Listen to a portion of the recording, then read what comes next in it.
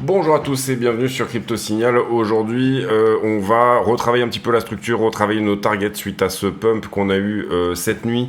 On va revoir un petit peu les figures chartistes, etc. Qu'est-ce qui peut éventuellement se dessiner en ce moment. Et puis, on va aller voir du côté, bien sûr, de la liquidité et on va faire les forecasts d'inflation du mois de juillet puisqu'on est le 2 août. Et j'ai oublié de faire cette vidéo hier, mais donc ça va être, je pense, une vidéo assez longue, je vous le dis d'emblée. Ici, alors, on a percé ici la daily que vous voyez et qui se situe comme ceci. Donc ça va nous obliger à revoir un petit peu notre copie sur la structure. Néanmoins, pour le moment, on a toujours une structure en daily qui reste baissière, c'est-à-dire que vous le voyez, là on ne fait pas de nouveau plus haut, on ne prend pas les 30 300, et donc du coup pour le moment, on est toujours dans cette idée qu'on pourrait toujours aller chercher les 28 000, voire en dessous. Cela dit, on a quand même des signes de retournement que je vais vous montrer, notamment sur le sentiment quand on ira voir la liquidité. Qu'est-ce qu'on est venu chercher sur ce mouvement? On est venu chercher un fair value gap qui se trouve juste là, d'accord? C'était quelque chose que moi j'avais signalé au début, hein. Si on l'attaque frontside, c'est ici, si on l'attaque jusqu'au bout, c'est là. Et en l'occurrence, c'était quelque chose que j'avais signalé ici, effectivement, qu'il y avait un fair value gap à venir prendre. Vous en avez d'ailleurs encore un au 31 152. Et de l'autre côté, vous en avez un en bas autour des 28 400. En ce qui concerne la structure, alors on est obligé de revoir notre copie puisque on a percé ici, vous le voyez, cette trend de distribution qui était la daily que nous on envisageait comme repoussant éventuellement le prix. À ce stade également, ce qu'on peut dire, c'est que par rapport à l'élargissement ici ascendant à angle droit, qui était celui-ci, pour moi la target elle est touchée. On la loupe ici à quelques centaines de dollars, hein, quelques dizaines de dollars même, 72 $ exactement.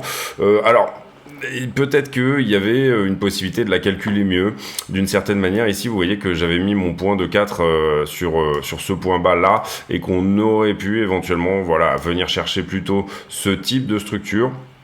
C'est-à-dire que à ce moment-là, du point haut vers le point bas de la structure, donc de cet élargissement, à ce moment-là, on a une target globale qu'on va réviser maintenant et qui se trouve à peu près par ici. Ici, 43% de chance de l'atteindre, c'est pas une très bonne target, mais et on va utiliser ici le pourcentage pour calculer cette histoire. Vous voyez que ici, si jamais je prends 6,77%, très légèrement au-dessus, même si on veut faire propre, cette fois-ci, 6,85 divisé par 2, 3,40, 3,42, 3,42, je remonte à 3,42, et là, la target, elle est 6,85, non, 3,42, pardon, excusez-moi, 6,85, 3,42, si, c'est ça. Donc vous voyez que là, du coup, la target, elle a été touchée. Donc malheureusement, cette target ici qu'on avait de toucher les 28 518 et qui correspondait, moi, en ce qui concerne mon trade, qui était en short, eh bien à 91% de chance de toucher la target du coup, eh bien je pense qu'on peut l'annuler parce qu'elle a été touchée. Donc ça, on enlève, ça, on enlève. Ensuite, en ce qui concerne le biseau, eh bien... on peut peut-être le retravailler également, c'est-à-dire que on pourrait virer ça, éventuellement se dire que la ligne basse du biseau, elle se trouve désormais ici, on va la mettre en daily pour qu'elle reste en rouge, qu'éventuellement, là en fait, on vient juste de faire la 1, et qu'on vient de faire la 2 de ce mouvement, c'est-à-dire qu'on est en train de dessiner une nouvelle daily. On va voir si c'est le cas. Ça voudrait dire qu'on est descendu eh bien tout simplement en 3 vagues, vous le voyez ici, 1, 2, 3 pour la 1, on est remonté en 3 vagues pour la 2, et vous vous rappelez hier que je vous disais que la 3 était pas extrêmement propre, donc du coup voilà, on va essayer de voir ça. Ici, on va remonter ce point-là, imaginons qu'on ait trouvé un creux ici à ce point-là, et là on va se dire que peut-être la structure va nous donner ça. Maintenant, comprenez que ça doit rester propre cette histoire, ça doit pas nécessairement ici, et on est en train d'envisager des figures chartistes avant qu'elles n'arrivent, et ça je vous ai expliqué que autant on avait une figure chartiste ici qui était baissière et qu'on pouvait éventuellement voir comment on pourrait se faire la descente en fonction de ça, autant anticiper une figure chartiste avant qu'elle ne casse est une relativement mauvaise idée. On s'est en tout cas plutôt pas mal débrouillé au sens où on a eu quelque part ici le drop qu'on voulait hein, sous la structure. Derrière, ça s'est très bien remis, et ça s'est très bien remis pour plusieurs raisons. D'abord, hier, on a eu beaucoup de ce que j'appelle les shorteurs lunatiques, c'est-à-dire que beaucoup de monde est rentré short. On avait vu les prémices un petit peu de ça dans la vidéo du jour, où on envisageait un retracement au 29,3, je crois, si je me trompe pas.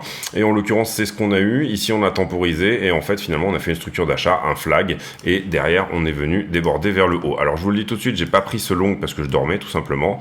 Donc ici, vous voyez qu'on a très bien touché la target de ce flag, et derrière pour le moment qu'est-ce qu'on fait? Eh ben on arrive là-haut, on fait une forme de double top. Personnellement, moi je me réveille assez tôt le matin en ce moment, donc j'ai ouvert un short sur ce double top sur lequel j'ai TP ici. Donc concrètement, on est dans quelque chose où, je sais pas si j'ai encore le... Je regarde si j'ai encore, voilà. On est dans quelque chose où voilà, j'étais rentré au 28,7, je suis sorti au 29,4. C'était pas une position énorme par rapport aux shorts que j'avais ouverts précédemment, mais sincèrement, pour le moment, j'envisage plutôt du short que du long sur cette structure parce que c'est très puissant. Donc ça ressemble quand même plutôt pas mal à un short squeeze, et vous allez le voir dans la nuit, on a été pas mal shorté sur la structure, ce qui a fait qu'en fait le mouvement s'est auto-alimenté.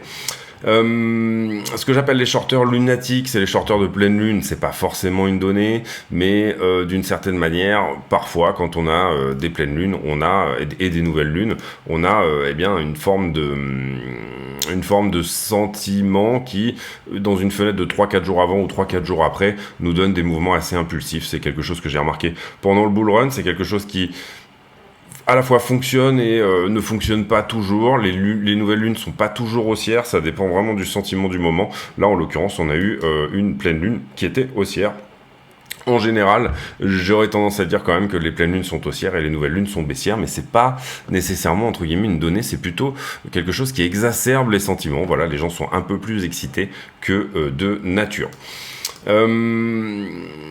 On continue sur les timeframes un peu plus petites. Comment on est monté?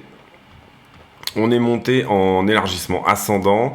Problème d'un élargissement ascendant, vous le voyez ici, une 2, 3, 4, 5, et quand on arrive ici, on le perd.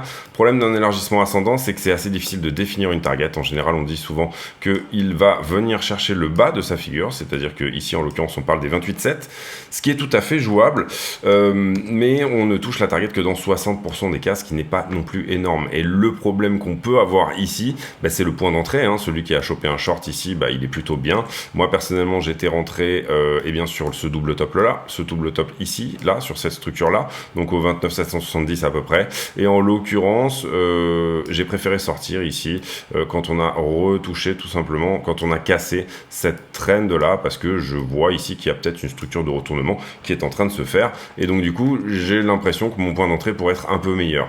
Comme je vous l'expliquais, on est venu chercher un fair value gap. C'est tout à fait possible qu'on sorte haussier dorénavant. Vous voyez ici qu'on a complètement retravaillé tout le travail précédent.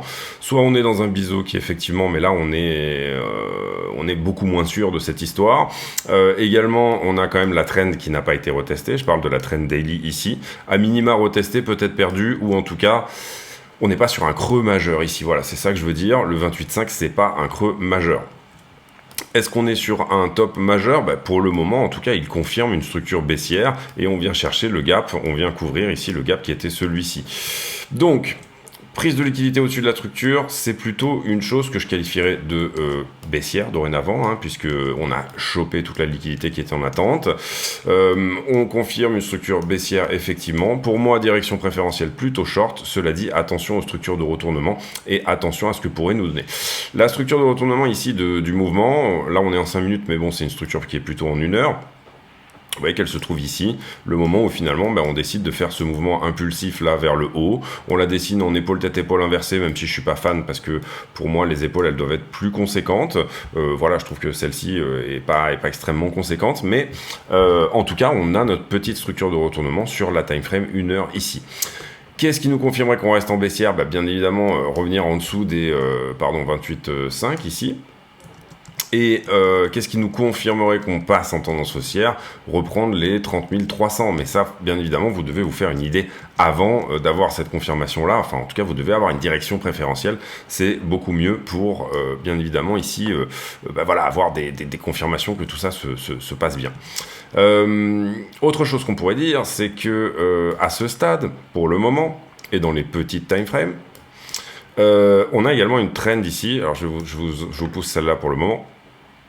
On a également une trend ici, là, qui est moins prononcée que la trend initiale, ainsi que la deuxième, celle sur laquelle moi je suis sorti. Entre ces trois trends, entre toutes ces trends, il y a plus ou moins un point commun qui est ce point-là. En tout cas, c'est un point pivot, si vous préférez. Alors, je vais vous le trouver exactement. Ici, celle-ci, elle prend sa source... Je vais enlever ça.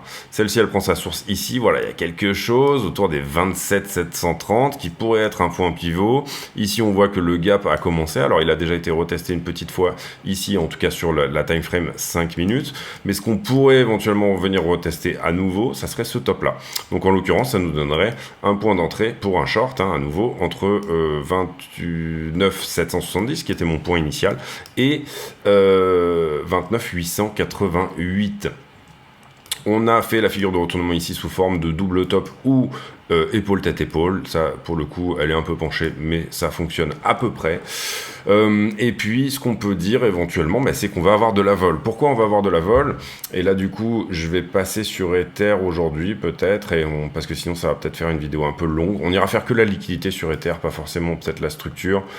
Voilà, d'une manière générale, c'est un peu la même chose. Vous avez peut-être cette structure de retournement ici. Vous avez ici les trois trends que je vous montrais sur BTC. Vous avez ici le flag. Vous avez ici le flag qui est validé. Vous avez le potentiel double top. Vous avez exactement les mêmes choses. Donc, c'est pas la peine de passer du temps sur le 5 minutes en ce qui me concerne sur Ethereum.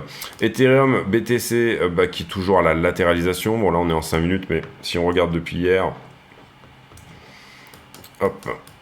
Si on regarde depuis hier, finalement, il tient son support qui est celui-ci et il est dans un range, notre ami Ethereum contre BTC. Donc, pour le moment, sur ce drop de Bitcoin, excusez-moi, on est toujours dans ce scénario où les alts corrigent un peu plus, ou en tout cas Ether corrige un peu plus que Bitcoin, et c'est la tendance qu'on a remarquée depuis désormais quelques jours. Maintenant, donc voilà pour Ether, stablecoin dominance, on est peut-être en train de péter quelque chose. On va se mettre ici en 30 minutes, hop. On est peut-être en train de péter quelque chose au sens où, vous le voyez ici, on est également sur, on vient d'enfoncer un support et ensuite on l'a regagné. Voilà, c'est ça que je veux dire. La stablecoin dominance, tout d'un coup, a augmenté très fortement hier soir et ensuite elle a rediminué. Mais à ce stade, pas grand-chose à dire là-dessus. Qu'est-ce qu'on peut dire d'autre? Eh bien, tout simplement, d'abord les news. Les news, elles sont... On est déjà dans l'attente, d'une certaine manière, du rapport ADP aujourd'hui. Le rapport ADP, c'est le rapport sur l'emploi aux États-Unis. C'est un rapport qui est, on va dire, privé et qui va nous donner des informations sur le prochain rapport qui aura lieu, lui, dans 2 jours. Donc, Trump, on va passer. Ici, vous voyez que les futurs sur Ether, les ETF sur les futurs sur Ether sont en train de se mettre en place. Donc, ça, c'est plutôt une bonne chose pour Ether. MicroStrategy qui est en pleine fièvre acheteuse, ils ont racheté 467 Bitcoin et ça, c'était hier. Ici, ça, on va passer aussi. Uniswap qui déliste le X. Le X a été poursuivi par la Fed. Moi, j'avais fait une analyse sur cette crypto en disant que c'était totalement du vent. On voit que c'est délisté. Ici, Genesis, donc, qui est un mineur qui... on va y arriver. Qui, pour le coup... ouvre 3 nouveaux data centers en Caroline du Sud. Et derrière, ici, on a l'info importante d'hier, qui est que les États-Unis ont été downgradés en termes de... fiabilité de la dette, on va dire. Qu'est-ce que ça veut dire, fiabilité de la dette? Ça veut dire que leur dette qui a été notée en AA+, est descendue en note AAA, c'est-à-dire qu'ils sont descendus en termes de notes. C'était arrivé à la France il y a de ça quelques temps. Et qu'est-ce qui a fait que Fitch, donc l'agence qui fait les notations, a décidé de downgrader tout simplement la dette américaine? Eh bien, c'est que c'est le débat sur la hausse du plafond de la dette. Donc, est-ce qu'à un moment donné, ils vont enlever ce plafond, etc. Comment ça va se passer? Est-ce qu'on va garder, là, ici, il a été rehaussé. Mais c'est ça qui a fait que, en France, par exemple, c'est plutôt, on va dire, le côté social qui a, voilà, tout ce qui était gilets jaunes, etc. Et toutes ces choses-là qui ont fait qu'on a été downgradé en termes de fiabilité de la dette. Mais ici, c'est une news majeure au sens où, ça vous dit que les États-Unis n'est peut-être pas un aussi bon placement en termes de bons du trésor que ce qu'on peut penser. Ici, vous le voyez, à 14h15, on aura donc le rapport ADP, donc ça c'est dans une trentaine de minutes. Et puis derrière, toujours cette histoire de downgrade des États-Unis. On continue sur les news avec pas mal d'autres choses, et notamment pour moi on va travailler ici la partie inflation, et ensuite on reviendra à la liquidité, on terminera sur ce que j'appellerais de la gestion de trade, encore une fois, puisque c'est quelque chose qui m'est cher, vous le savez, le risk management et toutes ces choses là sont des choses qui me sont chères, donc du coup on va retravailler un petit peu cette idée ici à ce stade. Là, l'inflation. L'inflation, on est sur des forecasts pour le 10 août. On est sur des forecasts avec un core CPI à 4,8% et on est, pardon, à 4,7 et on est sur un forecast de 2,8 en ce qui concerne le taux d'inflation, le headline CPI, c'est-à-dire le taux d'inflation, on va dire global. Si jamais on va voir ici la courbe d'inflation qu'on regarde, et vous comprenez qu'ici pourquoi on regarde le CPI, parce que c'est extrêmement important pour Bitcoin, et bien que on soit dans une inflation descendante. En tout cas en ce moment, Bitcoin est vachement corrélé à tout ce qui est taux d'intérêt, et on a besoin ici potentiellement de liquidité sur le marché pour faire repartir d'autant plus Bitcoin. Ici, vous comprenez que ça, c'était ce qui s'est passé le mois dernier, donc sur le mois de juin. Et là, on a reporté du coup les forecasts qu'on pouvait avoir sur le mois de juillet. Il faut comprendre ici que qu'est-ce que ça voudrait dire cette histoire? Ça voudrait dire que l'inflation trouve une sorte de plateau pour le moment. On ne continue pas dans la trend descendante qui est celle-ci, et on aurait potentiellement, encore une fois, un plateau qui se crée sur la partie juillet. C'est problématique d'une certaine manière, d'abord parce que je suis pas totalement d'accord, vous allez le voir avec ces forecasts, et on va du coup creuser un petit peu l'histoire en fonction tout simplement de tout ça. Vous voyez ici que le fait de dire que le core CPI sera à 3,8, c'est ça si je ne me trompe pas. Le core CPI sera à 2,8, pardon, autant pour moi, eh bien ça voudrait dire qu'on a des commodités qui, elles, liquident nous sortent à peu près 1,9. Si je me trompe pas, oui, je me suis pas trompé dans mes calculs, c'est ça, moins 1,9, c'est ça, tout à fait. Donc du coup, il faut voir ici que ça voudrait dire que les commodités ont fait une correction en juillet, et personnellement, je suis pas tout à fait d'accord avec ça. Pourquoi je suis pas tout à fait d'accord avec ça? Parce que quand je vais voir l'indice des commodités, eh bien pour moi, j'ai une grosse augmentation en juillet. Donc les commodités, ça va être principalement le pétrole, hein, en ce qui nous concerne. Donc ça peut jouer beaucoup sur le moins 1,9 que vous voyez en face. Donc personnellement, je m'attends à un CPI qui est au-delà du consensus. Vous voyez le blé, donc tout ce qui est couscous et pâtes, etc., qui nous avait fait une belle bougie également. Il a retracé en fin de mois, mais si jamais on regarde en weekly, il a quand même passé ici une bonne partie, juin, juillet, c'est là. Il a quand même passé une bonne partie du mois à la hausse, et finalement on a eu ce retracement quelque part en fin de mois, encore une fois. Ici, là, toute la moitié.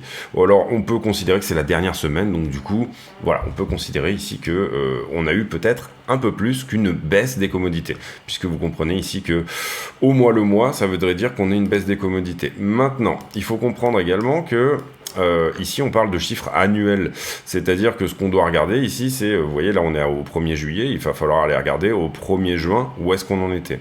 Et au 1er juin, qu'est-ce qu'on va effacer comme chiffre? On va effacer pour moi une baisse en tout cas. Donc ça veut dire que ça me fait penser qu'on est vraiment ici sur quelque chose qui sera peut-être plus haut, et pour moi on pourrait égaler, si ce n'est potentiellement dépasser, le niveau qui nous est donné des 3% pour le headline CPI et 4,7% pour le core CPI.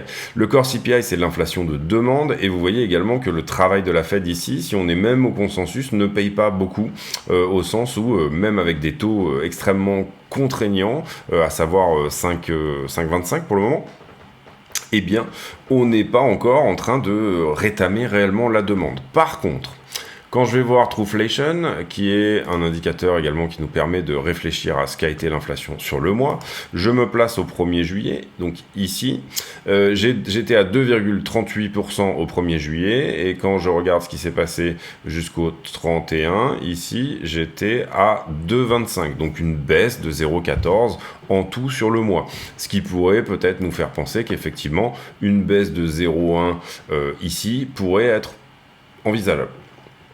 Le chiffre maintenant qu'on est en train d'effacer également ici, et là je parle du core CPI, vous voyez qu'on se met ici au 1er juillet, et bien en l'occurrence on est en train d'effacer des gros chiffres, donc c'est pour ça qu'on a peut-être aussi un CPI qui va quand même être à peu près dans les clous. Mais, alors d'abord, on regarde le housing. Le housing, pourquoi c'est important? Parce que le housing pèse pour 41% du CPI. Donc ça, c'est extrêmement important parce que c'est une pondération énorme dans le CPI. Et en l'occurrence, quand on regarde où il en était le 1er juillet, pardon. Ici, on était à 3,73 et quand on regarde au 31, on est quelque part autour de 3,14. Donc on a énormément perdu sur l'hébergement qui est extrêmement pondéré dans le CPI. Donc ça, c'est important. La deuxième chose, c'est quand on regarde la bouffe. Là, pour le coup, vous le voyez, on était ici, donc 1er juillet, on était à 1,74, quelque chose comme ça. Et par contre, au niveau de la bouffe, on a relativement pas mal augmenté en terminant le mois ici au 31. 31. J'aimerais bien être sur le bon. Là, je suis sur Food at Home. Voilà, food away from home. Attends. On a fini le mois, on va dire, beaucoup plus haut. Vous le voyez ici, et c'est normal, le blé a augmenté, donc c'est ça qui nous a donné un petit peu ce mouvement. Derrière, l'outil de la Fed, qui nous permet de calculer également l'inflation. Et là, on va voir quel est le forecast de la Fed de Cleveland. C'est un outil qui fonctionne plutôt pas mal, et c'est un outil qui, jusque-là, a été plutôt accurate pour nous dire où en était l'inflation sur le mois de juillet. Et là, vous voyez que le CPI, on n'est pas du tout sur les 2,8 annoncés, on est plutôt à 3,42, d'accord ? Et sur le core CPI, on est plutôt à 4,92, donc ça ferait 1,50 pour les commodités, à peu près, si je ne me trompe pas. En l'occurrence, là, ce que nous dit la Fed de Cleveland, c'est que oui, ça irait peut-être plutôt dans le sens de ma vision des choses, qui serait de dire que on va soit trouver un plateau, soit avoir effectivement un regain très léger d'inflation sur le mois. Pourquoi ça? Parce que déjà, vous le voyez, le pic d'inflation, il était là. On a effacé donc des chiffres en months over months ici qui étaient importants et qui étaient à l'augmentation. Et également, là, on va se mettre à effacer des chiffres de plus en plus petits. D'accord? Donc, en year over year, il est possible que on ait un regain ici d'inflation. C'est pour ça que je suis relativement baissier sur le CPI qui va arriver. Je peux me tromper, encore une fois, et je pense que sur la chaîne, je cultive quand même plutôt bien le conditionnel, c'est-à-dire le fait de dire en permanence je peux me tromper, je peux être à côté de la plaque, etc. C'est tout à fait possible, mais pour moi c'est même pas un plateau qu'on va avoir ici, c'est un regain d'inflation. Donc ça nous emmènerait peut-être potentiellement cette droite là qui nous ramenait une inflation de 2% assez vite, peut-être à une forme de plateau pour le moment, et puis derrière éventuellement regagner effectivement les 2% puisqu'on est dans une politique de la Fed qui est effectivement contraignante. On avait également montré ici une première trend qui était celle-ci et qui nous ramenait plutôt à un 2% autour du 1er juin 2024, et personnellement je serais plutôt fervent de ce type de scénario-là. Le problème est que le pétrole a légèrement augmenté. Si vraiment on regarde l'indice gasoline, pour rester aux États-Unis, c'est pas la peine de regarder le baril de Brent. Eh bien, vous le voyez ici, sur le mois de juillet, on a eu une assez forte augmentation du pétrole aux États-Unis. Et donc, du coup, l'indice gasoline ici nous dit, puisque ça c'est à peu près le prix à la pompe, on va dire, entre guillemets, nous dit que, attention, on a récupéré beaucoup d'inflation potentiellement sur sur les États-Unis, tout simplement.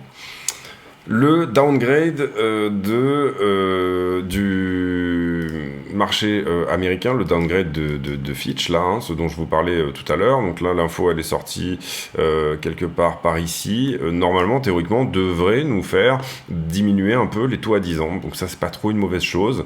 On était ici peut-être en train on va peut-être avoir un regain de la différence de taux entre le 10 ans et le 2 ans, au sens où le 10 ans pourrait potentiellement baisser, puisque c'est la dette à long terme qui, ici, est altérée. Ça, c'est pour autre chose. Donc, vous comprenez, on a fait l'étude du CPI. Pour nous, il ne sera pas forcément bon. On va voir ici ce que nous donne le rapport ADP aujourd'hui. Mais si on a un marché du travail qui est trop puissant, trop fort, il y a des risques également qu'on ait une petite poussée baissière. Et puis, pour le CPI du 10, moi, je suis pas très confiant en ce qui concerne cette idée-là. On a peut-être des choses qui vont, par contre, se décanter en ce qui concerne les ETF sur Bitcoin. Et là, je vais mettre en pause une petite seconde, je vais vous trouver l'article. Donc, il s'agit d'une réponse ETF qui devrait être donnée en ce qui concerne ARK Invest, qui est le fonds d'investissement de Cathie Wood. Et ici, cette demande est bien antérieure à celle qui avait été déposée tout simplement par BlackRock et tous les autres ensuite, mais elle pourrait nous donner le ton de ce que va donner éventuellement la réponse sur BlackRock. Vous voyez que la période de réponse peut varier de 45 à 240 jours. Donc en l'occurrence, ici, vous voyez, on a la possibilité de demander des délais à chaque fois, et il est possible tout simplement que la SEC demande un délai sur cette histoire-là. Quand avait été déposé le ARK Invest, je ne sais plus. Par contre, ici, vous voyez qu'il y a le même... En fait, c'est une copie conforme à peu près. Hein. L'ETF déposé par ARK Invest et celui de BlackRock sont globalement des copies conformes. Donc, si on a un premier refus en ce qui concerne ARK Invest autour du 13 août, on peut imaginer que ça pourrait refuser pour BlackRock également.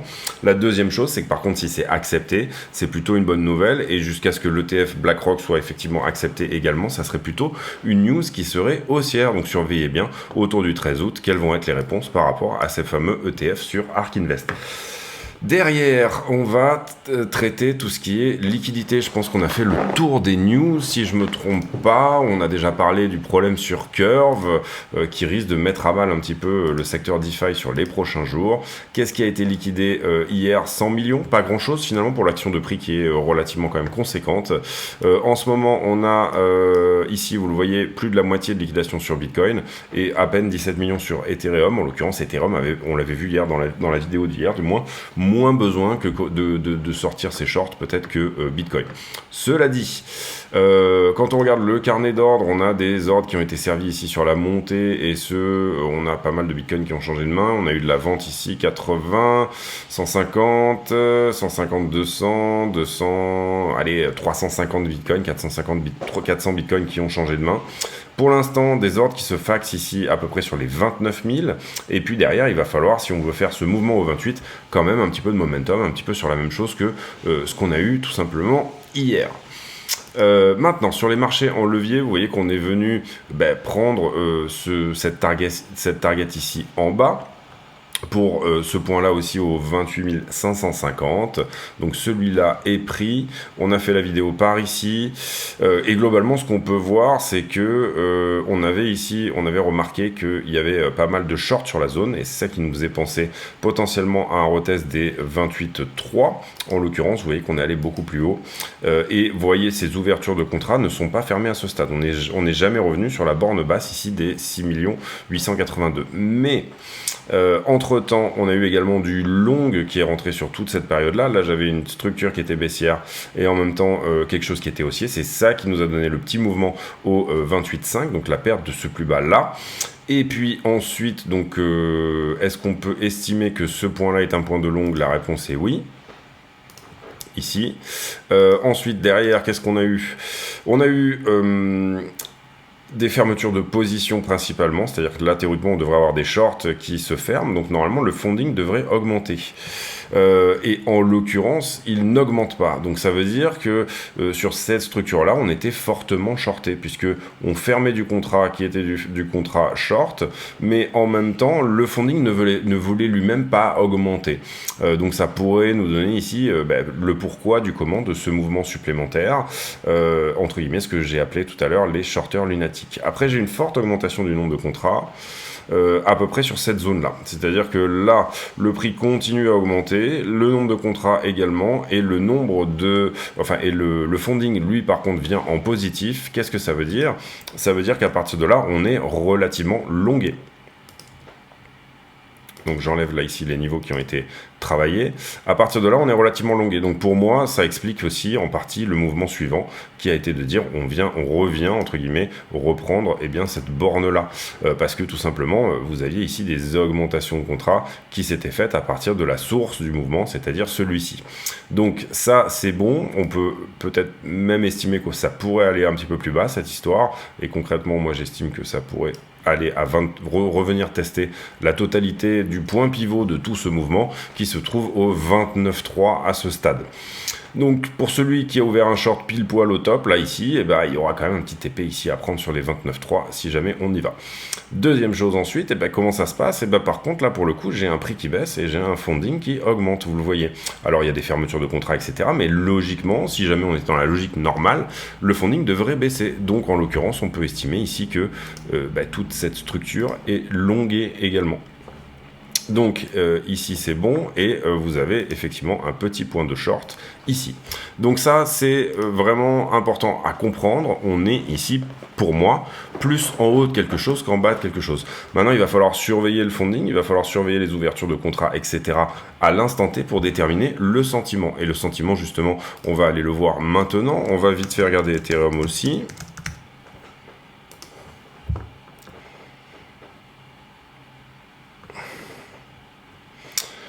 Ethereum qui a plutôt bien nettoyé tous ses points également. On avait fait la vidéo juste là, donc on va analyser à partir de là. Vous voyez qu'Ethereum, il a fermé du contrat en veux-tu, en voilà. Là où Bitcoin en a rajouté, Ethereum, il n'a fait que déleverager et que fermer du contrat.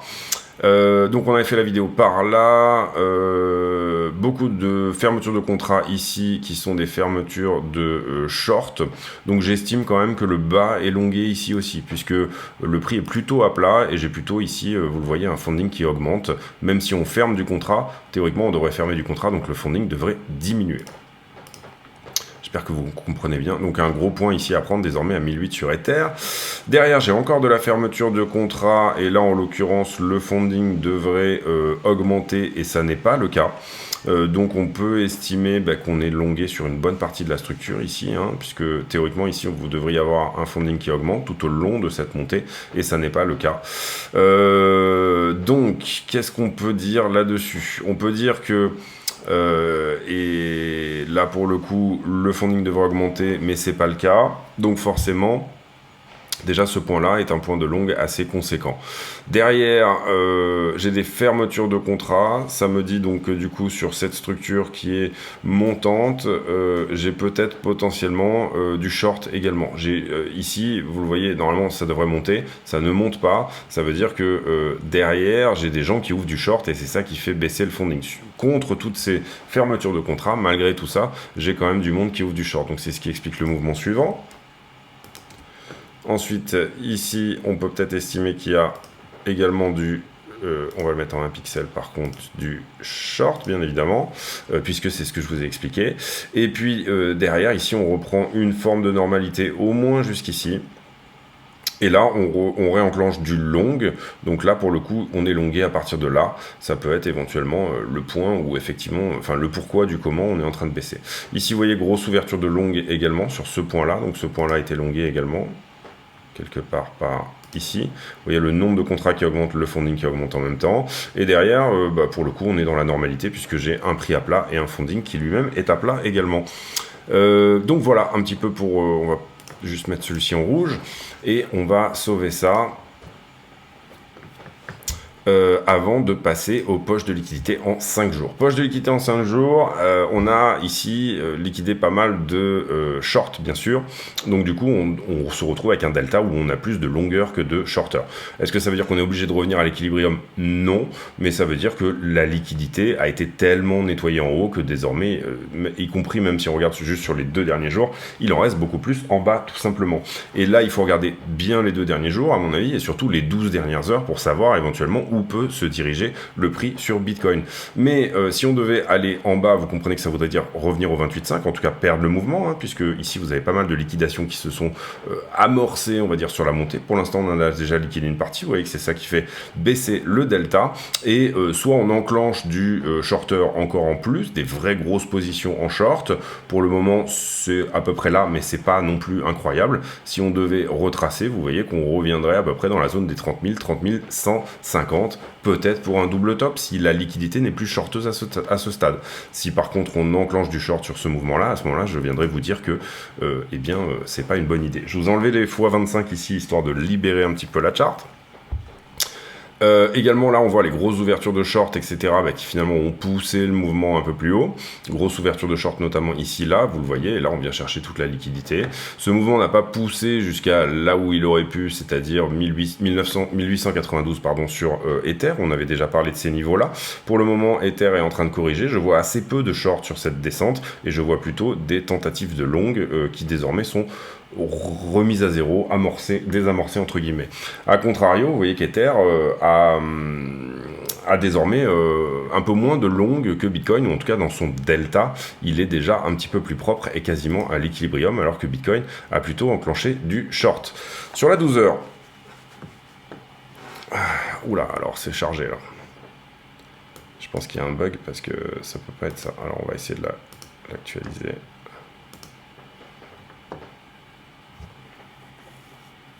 Petit bug à mon avis. Voilà, beaucoup mieux. Là, on est sur la 7 jours. On va revenir sur la 12 heures. J'espère que ça va fonctionner cette fois. Oui. Alors, sur la 12 heures, qu'est-ce qu'on peut voir? On peut voir énormément de monde jusqu'au 30 100, c'est à peu près ce que je vous expliquais tout à l'heure. Et pour le coup, 29,3 qui est un point pivot. Là, c'est là où je vous expliquais qu'on a pas mal de liquidations potentiellement à prendre au niveau des longueurs. Donc la 12 heures, elle est en train de nous dire hey, j'ai accumulé pas mal de choses ici pour refaire un double top. Et en même temps, j'ai accumulé pas mal de choses au 29,3 que je ne suis pas encore venu cueillir. D'accord? Le sentiment, d'une certaine manière, était plutôt... Vous le voyez, shorter, on va dire, en début de nuit.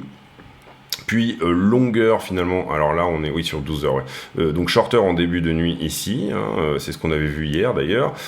Et puis finalement longueur sur la fin de nuit, ou en tout cas l'après-pulse qu'on a eu au niveau des 30 000 et quelques centaines de dollars.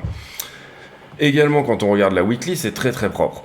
C'est très très propre. Alors malheureusement, moi j'aurais préféré qu'on vienne, puisque j'étais en position short jusqu'à 28 ici, qu'on vienne prendre la poche du bas. On est venu chercher la poche du haut et c'est extrêmement propre en ce qui concerne, vous le voyez, les targets. On a légèrement dépassé au-dessus, mais en gros 30 000, vous voyez qu'on y est.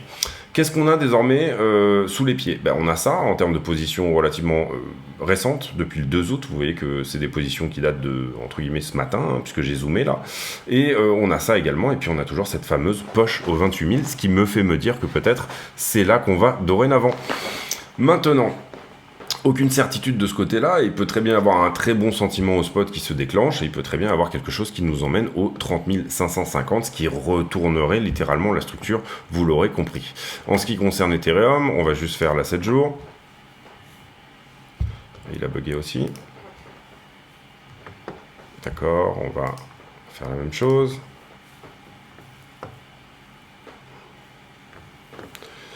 En ce qui concerne la 7 jours, vous voyez que c'est super propre également sur...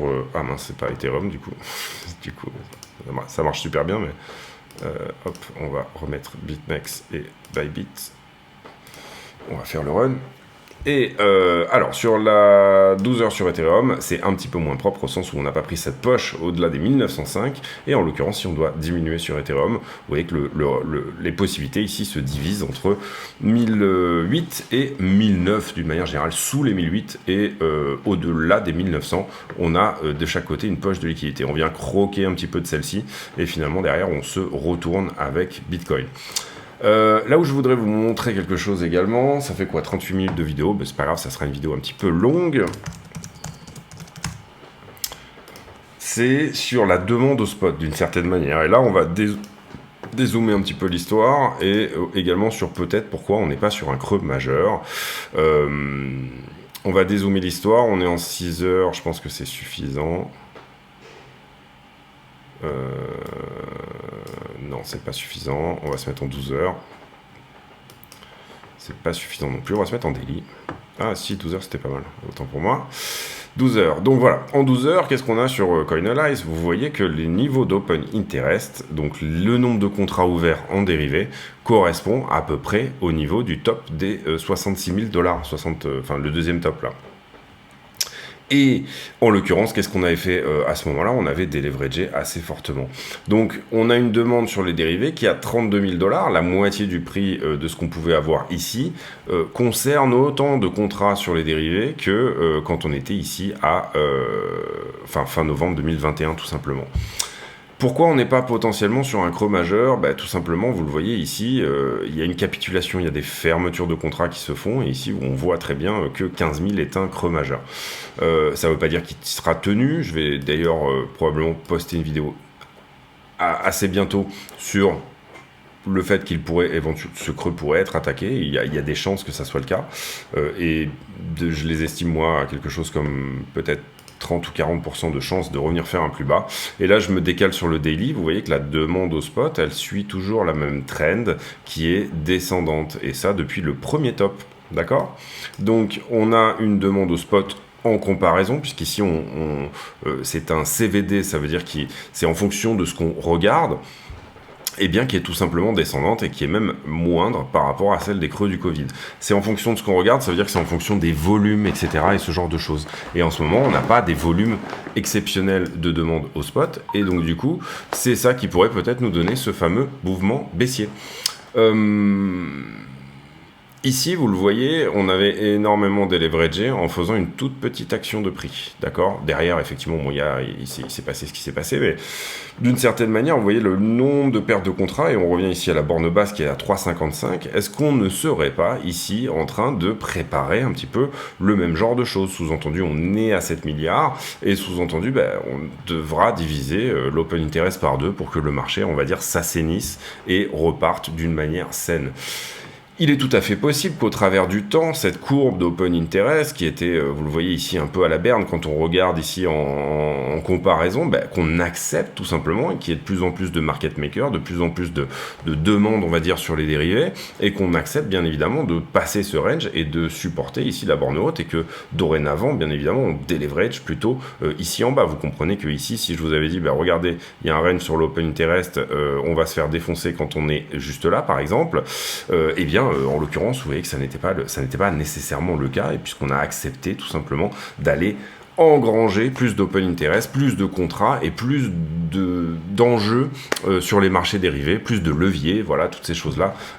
Donc ceci n'est pas une donnée intrinsèque, mais je me permets de souligner quand même qu'on va bientôt toucher un ATH d'open interest, si c'est pas déjà fait. Je sais pas si c'est déjà fait ou pas, j'ai pas regardé en précision, mais voilà, presque, hein. Vous voyez en gros, quand on était le 14 juillet, là, c'était quasiment le cas. Donc creux majeur ici, j'en parlais, quand on regarde sur le daily. Ici, pareil, sur la zone des 20 000, vous voyez qu'on est sur un deleveraging également, on est sur la borne basse du range, on est en train d'avoir un funding qui est négatif. Et depuis lors, depuis donc le désormais 11 mars, on est en train d'accumuler de l'open interest. Le creux des 25 ici, pour le coup, ne se fait pas nécessairement sur une grosse capitulation. Et pour le coup, également, le creux des 25 n'est pas dans un funding négatif. Est-ce qu'on peut pour autant estimer que le creux des 25 n'est pas un creux majeur? Pas vraiment, mais en termes d'open interest, en tout cas, il n'a pas déleveragé le marché. C'est ça que je veux dire. Donc, je dis juste, faites attention dans la zone. Voilà, c'est ça. Faites attention dans la zone. C'est ça un petit peu ma question. J'ai fait une vidéo il y a quelques jours qui s'appelait pourquoi les 32 000 $ résistent aussi bien. Et voilà, et à quel moment réellement on pourra estimer qu'on est effectivement en tendance haussière, en bull run, etc. Et à quel moment on pourrait estimer qu'on est juste sur un retracement. Donc ça m'amène sur une analyse qu'on va faire en monthly carrément.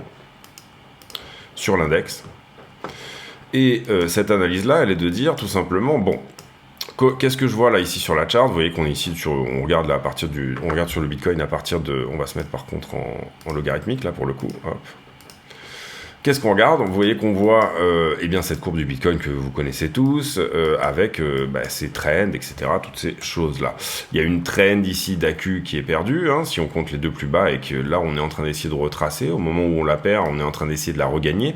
Si déjà on regarde cette trend, c'est-à-dire qu'on dépasse les 40 000 $ et qu'on repasse au-dessus, on pourra estimer que ceci est une déviation, et je parle là, bien évidemment, de la trend jaune. Ce que je peux regarder également, c'est que pour le moment, si j'aligne le point qui est celui-ci et le plus bas des 15 ou 16 000 $, et ben pour le moment on est un petit peu à la peine hein, sur ce que doit faire Bitcoin par rapport à d'habitude. C'est pas qu'on est à la peine, mais voilà, il y a des choses qui potentiellement nous disent que ça galère un petit peu à faire son retracement. La troisième chose, et ce que j'ai expliqué déjà beaucoup dans la vidéo précédente, c'est que on avait ce double top ici qui avait trouvé son bottom l'été 2021. Et qui lui, eh bien, semble désormais apporter cette résistance des 31-32 qui est extrêmement difficile à passer. Ce qu'on peut voir si on regarde d'une manière plus proche, c'est que vous voyez que on a moins d'impulsivité dans le mouvement et que là, on peut être éventuellement sur un retest de la grosse trend en monthly. La grosse trend, c'est celle-ci. La trend du mouvement actuel, elle est là. Hein, c'est la bleue qui est là. Je vais vous la mettre d'une autre couleur si vous voulez. Mais d'une certaine manière, on voit quand même une forme d'arrondissement de la courbe qui elle-même n'est pas extrêmement bonasse. Derrière, si on analyse les bear markets précédents, vous allez voir que, et encore une fois là c'est quelque chose qui est pas forcément une donnée intrinsèque, mais qui peut éventuellement nous donner quelque chose d'intéressant. En monthly, on vient souvent chercher la première bougie bleue avant accélération. Donc le gap, en fait, en monthly, le gap qui a été créé par l'accélération. Vous voyez que ici, c'était le cas. C'est-à-dire que dans ce bear market-là, on est venu chercher quoi? Eh bien, tout simplement, la première bougie bleue, le vrai gap d'accélération. On a annulé l'accélération précédente. Et là, vous voyez qu'avant, il y avait quand même une action de prix qui était haussière.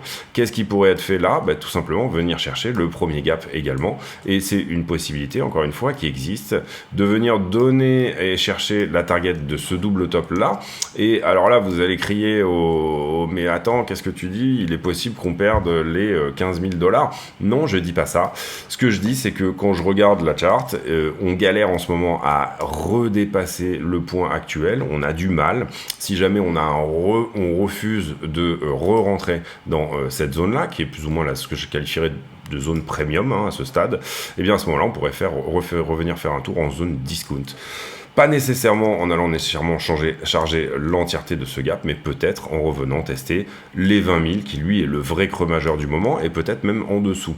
Vous voyez que les 25 pourraient être testés également. Bref, ce que je vous dis là, en gros, c'est que un investisseur avisé serait censé garder une petite portion de cash pour toute la zone, et moi j'aurais tendance à dire toute la zone entre 18,5 sur Bitcoin et le fair value gap entier backside, c'est-à-dire 12 000 $.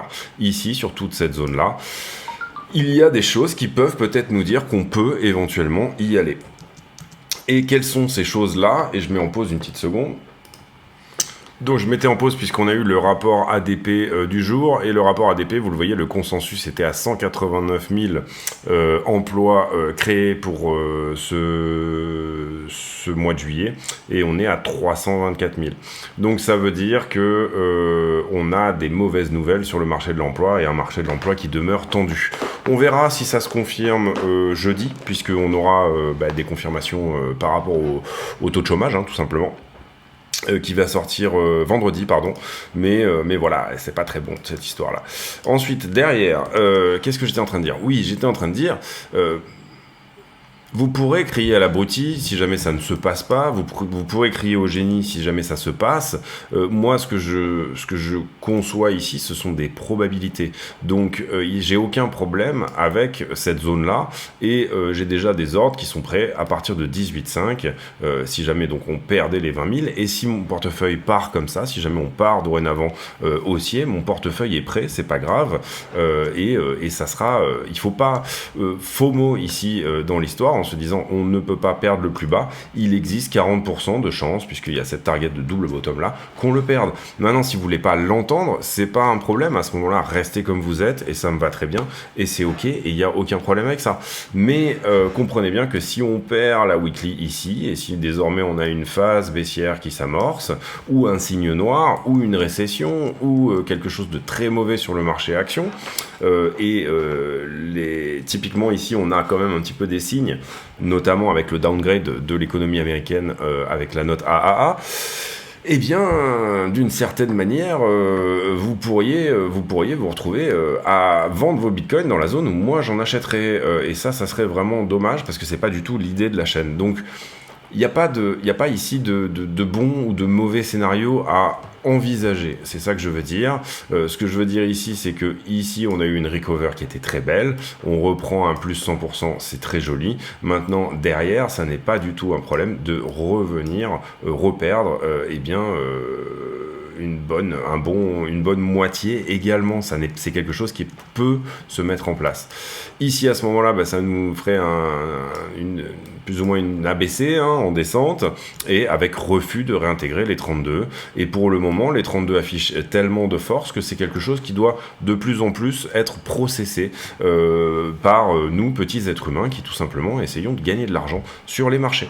Encore une fois, n'oubliez pas cette bougie, l'accélération qui a eu lieu, n'oubliez pas les markets précédents avec à chaque fois le fait qu'on revenait chercher la bougie bleue. Alors, c'est pas nécessairement, même c'est plus ou moins ce qui s'est passé ici, vous le voyez, où on revient chercher le gap. Ici, on a en l'occurrence la bougie bleue qui est là, alors on revient le chercher backside, on revient chercher le creux précédent, mais là en l'occurrence on n'a pas de creux précédent, et dans cette idée qu'à chaque fois on on ne reperdait pas à nouveau les ATH, eh bien il y avait eu tout simplement, on n'avait pas tous ces doubles bottoms, ces choses là, ça n'est jamais arrivé pour le moment sur BTC. Bref, tout ça pour dire encore une fois, gardez peut-être un peu de cash.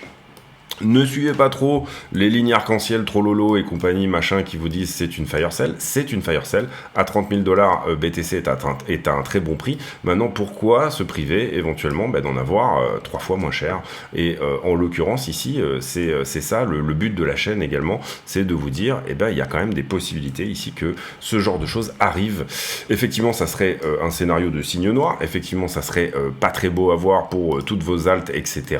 Mais ça serait quand même quelque chose qui éventuellement pourrait avoir du sens. On revient ici sur l'idée que... qu'est-ce qu'on va revenir ici? Voilà. On revient sur les petites time frames et on fait la conclusion de cette vidéo. Alors la conclusion de cette vidéo, elle va se faire sur du trade management. Vous le voyez, on était dans la bonne direction, on était vraiment dans le bon sens, etc.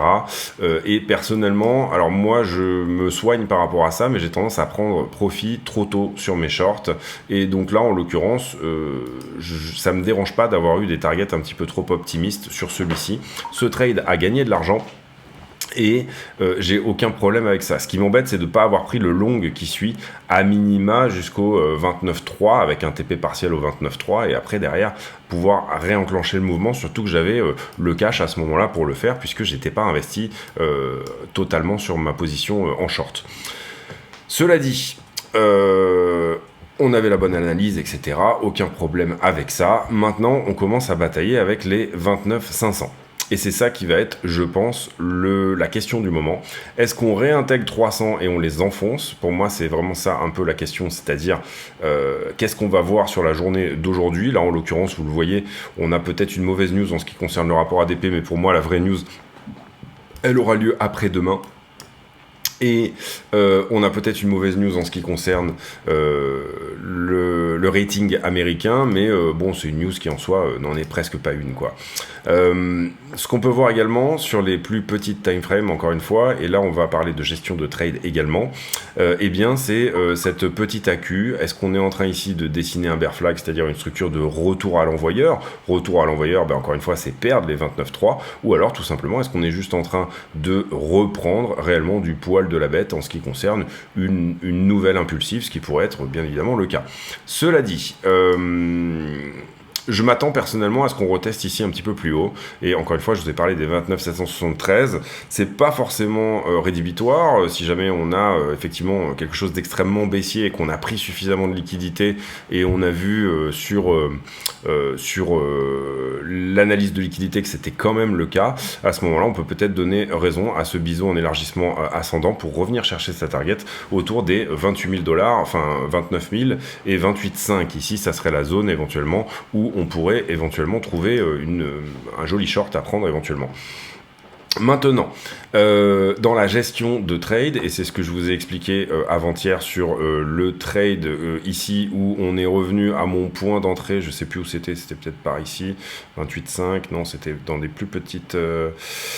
voilà, moi j'avais dû rentrer par là, et là vous le voyez, on vient pas toucher ma target, je prends pas profit au 29, et là je me retrouve un peu sous l'eau à mon point d'entrée initial. J'aurais pu prendre un joli trade que je n'ai pas pris, donc je me suis pas fait avoir sur le deuxième, et vous le voyez ici, et c'est ce que je vous ai expliqué, moi j'ai tendance à prendre profit trop vite sur mes shorts. C'est un problème que j'ai, je le sais, et c'est pour ça que je me soigne, et c'est pour ça que j'essaye, quand je short, d'éloigner un peu plus mes targets, parce que pendant tout le bear market, je me suis dit, ah putain, t'aurais tellement pu gagner plus si jamais t'avais suivi ton vrai instinct et suivi tes vrais targets initiales.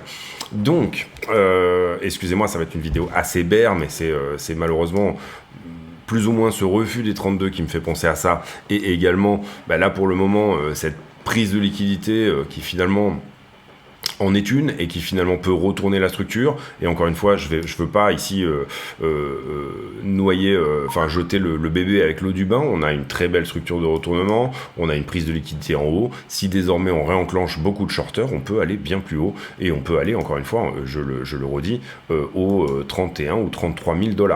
Maintenant, pour moi, je pense que on est peut-être plutôt sur une prise de liquidité vers le bas. Je peux me tromper également.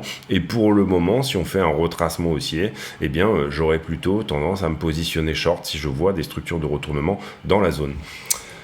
Ce genre de montée larvée également, un peu vous le voyez ici, ces petites montées qui ont l'air bien algorithmées, qui sont bien larvées et qui viennent bien chercher tous les shorts, me font peut-être penser que oui, effectivement, on va derrière revenir et repasser en dessous de la trend initiale, c'est-à-dire celle qui est celle-ci, et repasser encore une fois plus bas. Voilà pour cette vidéo qui certes était assez longue, mais on a parlé de vraiment plein de trucs. Personnellement, et encore une fois pour revenir sur cette idée de trade management, eh bien, en trading, vous avez trois peurs. Vous avez la peur de perdre de l'argent, la peur de trop perdre, on va dire même. Vous avez la peur d'avoir tort, et c'est celle qui finalement est un peu complexe à gérer, tout simplement parce que parfois vous avez tort, et il faut, vous vous dites ça va descendre ou ça va monter, et puis finalement c'est l'inverse. Donc du coup, c'est une peur qui est entre guillemets la plus psychologique, je dirais, des trois. Et vous avez la peur de manquer une opportunité, la FOMO. Pour moi, je me suis toujours battu contre la FOMO, c'est-à-dire ne pas rentrer, être patient, attendre sur des choses, pas TP trop vite non plus, pas essayer de TP trop bas en ayant peur de manquer cette opportunité de prendre la target ultime, etc. Et tout ça se fait vraiment au travers de TP de sécurité. Personnellement, je prends des gros TP de sécurité, c'est-à-dire qu'assez souvent, je me dis, bon, je vais ouvrir une grosse position et je vais en sortir la moitié, comme ça au moins, je serai après extrêmement tranquille avec ces trois peurs. Pourquoi ? Parce que quand votre trade il est rentable, vous n'avez plus la peur de trop perdre, vous n'avez plus la peur d'avoir tort, parce que vous avez déjà gagné de l'argent sur le trade, et d'une troisième manière, vous n'avez plus la peur de manquer une opportunité, puisque vous êtes dans l'opportunité. Certes, à moitié, à mi-pied, mais comme je le dis souvent sur la chaîne, c'est extrêmement important. Il vaut mieux trader longtemps que de faire des profits ou des pertes rapides. Et personnellement, j'ai toujours travaillé cette idée. Et comme je l'explique assez souvent sur la chaîne, par exemple, on dit pour les motards, vous avez deux sortes de motards. Il y a ceux qui ont déjà eu un accident et il y a ceux qui vont en avoir un. On pourrait très bien dire pour les traders, vous avez deux sortes de traders. Il y a ceux qui ont fumé un compte de trading et il y a ceux qui vont en fumer un. De toute manière, il vous en coûtera un compte de trading pour essayer de comprendre ce genre de choses. Et peut-être de tomber plusieurs fois de la moto, et bien là, ça vous permettra de comprendre toutes ces choses-là. Et donc du coup, c'est pour ça que je cultive vraiment cette idée de à la fois TP de sécu et toutes ces choses-là, et de trade management et de risk management, tout simplement parce que, comme je le dis également souvent sur la chaîne, vous pouvez apprendre à un singe à jeter une pièce en l'air et qui, sur un côté il y a écrit short et sur un côté il y a écrit long. À partir du moment où vous avez un très bon risk management et un très bon trade management, en théorie, vous devriez être même rentable sur ce type de, sur ce type de stratégie, on va dire, de trading. Après, à vous de fonctionner avec votre stratégie de trading. Personnellement, j'utilise la liquidité, j'utilise le chartisme, j'utilise toutes ces choses-là pour essayer de trouver la direction et d'avoir bien entendu mon avis sur ce qui pourrait se faire et quelle pourrait être la suite. Mais si vous avez envie d'acheter un singe et d'éduquer un singe à jeter une pièce en l'air, ça sera votre stratégie de trading et faites comme ceci. Si vous avez envie de faire, encore une fois, et ça, moi je le dis assez souvent, je sais pas, du Vegas, de l'ICP, du SMC, toutes ces choses-là, il n'y a aucun problème avec ça, à partir du moment où vous appliquez une stratégie de risk management qui est propre à votre psychologie déjà, dans un premier temps, mais également qui est propre à votre stratégie de trading aussi, qui fonctionne avec votre stratégie de trading, c'est ça que je veux dire. Vidéo d'1 heure, c'est une des plus longues de la chaîne, encore une fois, mais il me tenait à cœur de parler de tout ça. On a fait, vous le voyez aujourd'hui, tout simplement du petit time frame, on a fait du grand time frame, on a fait de la price action, on a parlé de fair value gap, on a parlé du fondamental avec toutes les news autour des États-Unis, etc. On a parlé également de manière de manager ces trades, et on a parlé quoi d'autre, on a parlé d'un potentiel mauvais scénario qui doit faire que théoriquement vous devez garder une exposition qui n'est pas à 100%. Sur une potentialité que tout est possible. Et donc oui, tout est possible, oui, un signe noir est possible, oui, par exemple, quand vous aviez la recover de 2019, tout le monde était en train de se dire c'est bon, on va aller to the moon, etc. Et puis vous avez eu le Covid et on est revenu tout simplement sur la borne des 3-4 000 $. Et c'était quelque chose qui, non pas aurait pu être prévu, mais c'était quelque chose sur lequel il fallait potentiellement se dire que c'était une possibilité. Et en l'occurrence, là, l'idée c'est d'avoir tout l'éventail des possibilités ouvert à soi, de manière tout simplement à être à la fin rentable, voire extrêmement rentable.